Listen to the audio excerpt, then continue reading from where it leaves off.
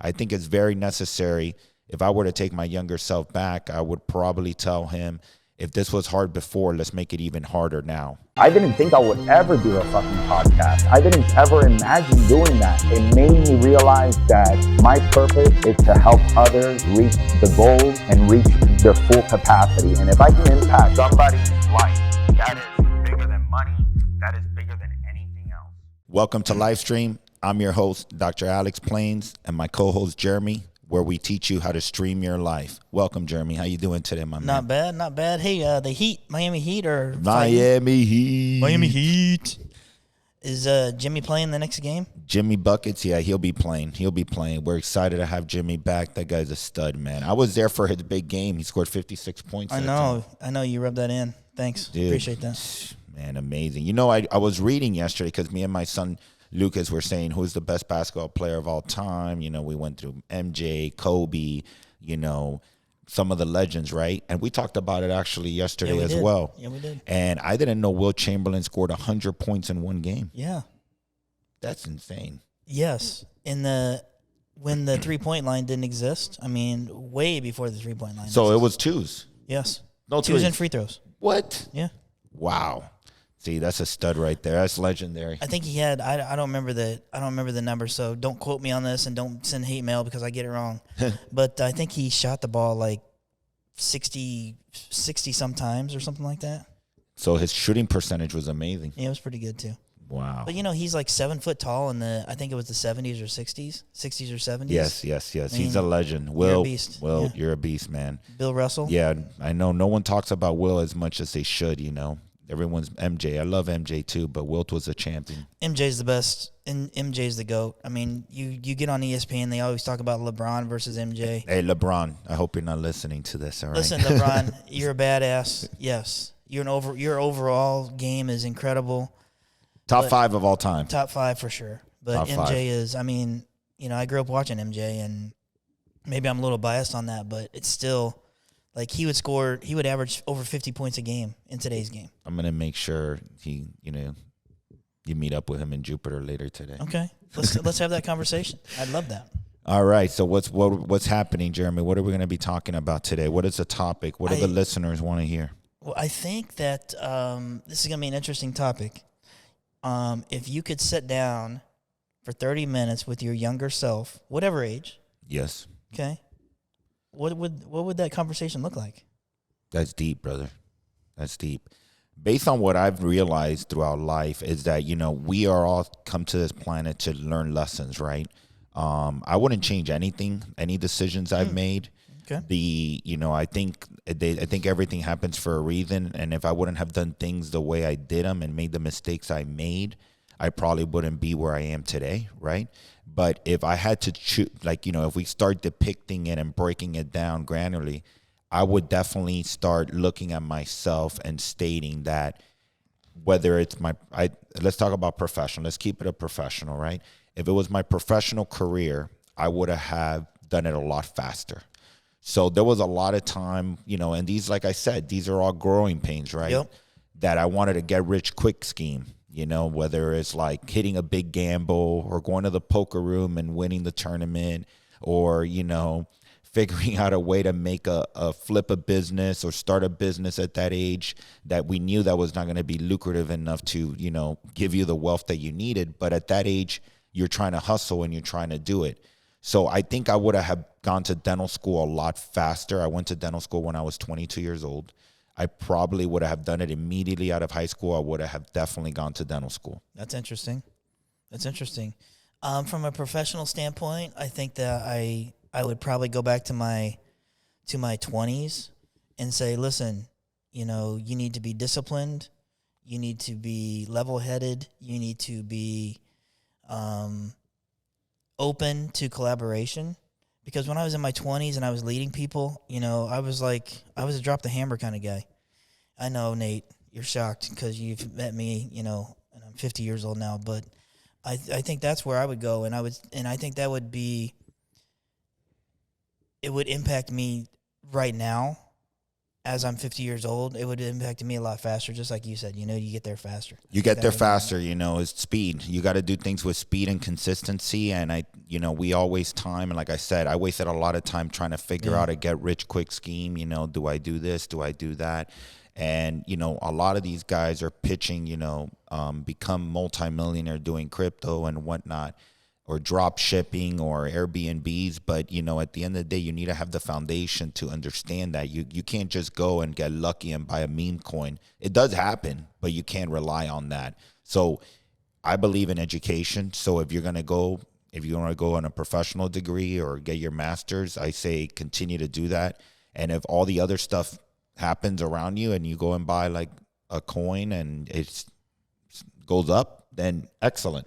But at least you have your professional career ahead of you. Yeah, I think that younger people and our younger selves, and I reflect on this, I said this already, but we lack discipline at that age. Nate's a young kid, and I say kid because I'm 50, so don't take that disrespectfully, Nate. But Nate's found that discipline already. He drives. He's driven every day, and I think that's what the young people miss, and I think that's what I missed when I was younger is the discipline. Yeah, and you get on social media and you see all these guys that are in their 20s or mid 20s. Not everyone's gonna be a success story like Anthony or like my friend Andrew or like Nick. Not everyone, or Chris. No one's gonna be a success story like that. That doesn't happen. Those guys put in a lot of hard work. We talk to Nick all the time. That guy's always grinding. He's working 12 to 14-hour days, and people are like, oh, he's living the life. But he puts in a lot of hard work into his work. Yeah, Nick Messina is a beast. That guy, I started jokingly saying, hey, oh my gosh, it's my long-lost son. Yes. Because he's calling me, having ideas all day long, and we'll talk until 9 or 10 o'clock at night sometimes. And another thing I would tell myself is even though I went through a lot while I was in dental school, living in the Dominican Republic, especially my first year or two while I got it adapted, I think a human needs to have things taken away from them. The more things you lose around you that you value, the harder you're going to become for survival in this planet. I think if you're comforted the whole way, I think you become extra soft.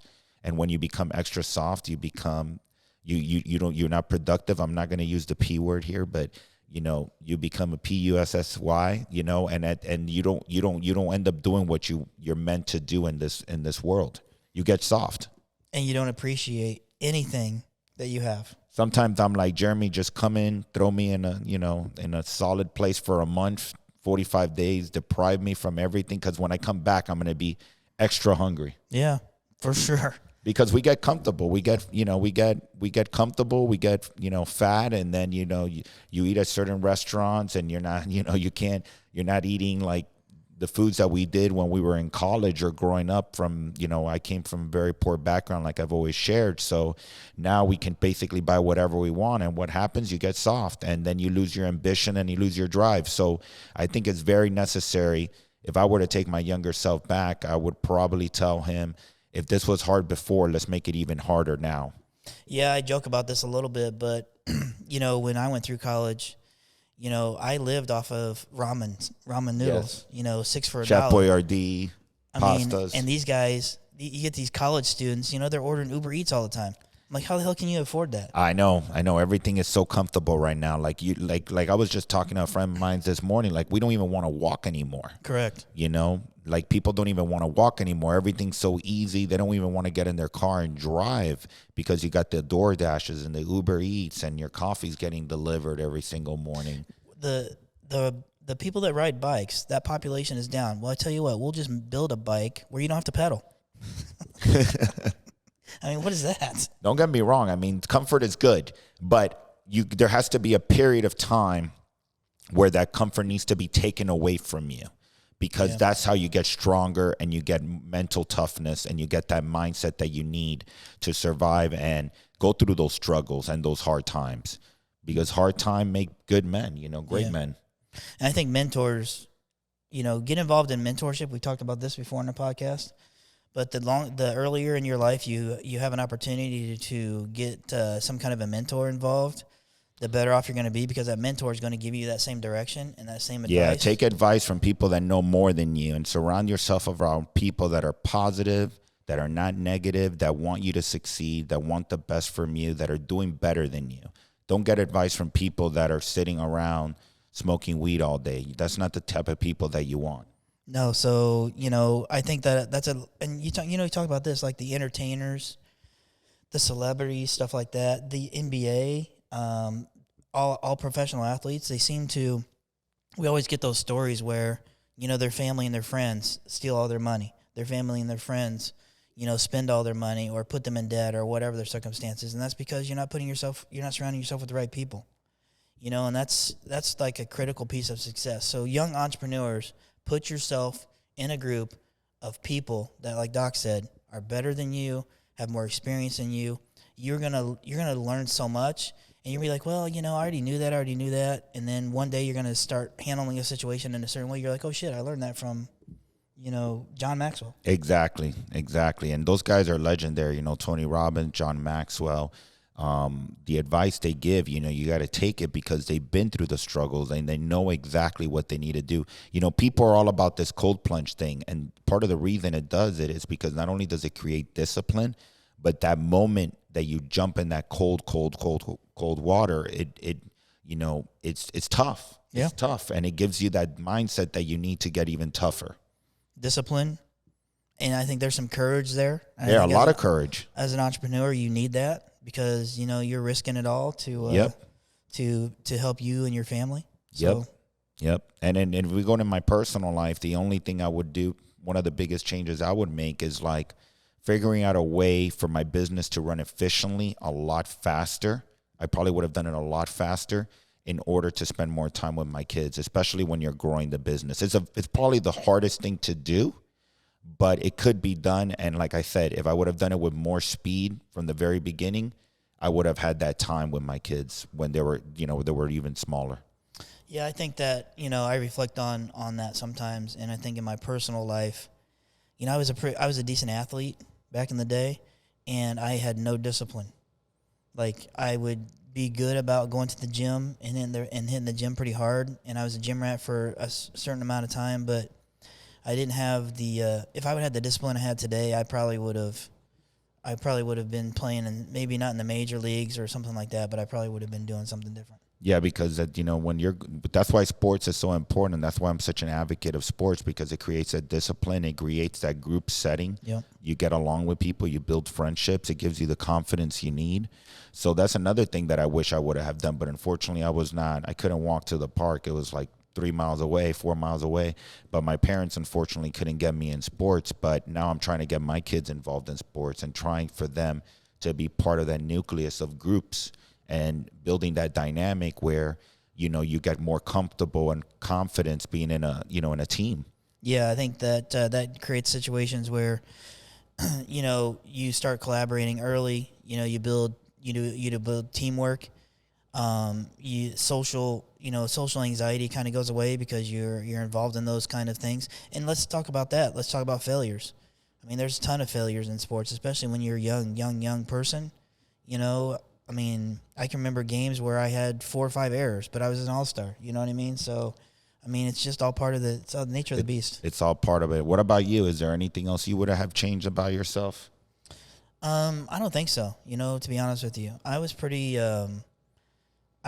open book, and I just roll with the punches, and here's what I did at a young age. I really didn't care what people thought about me, and maybe that's why.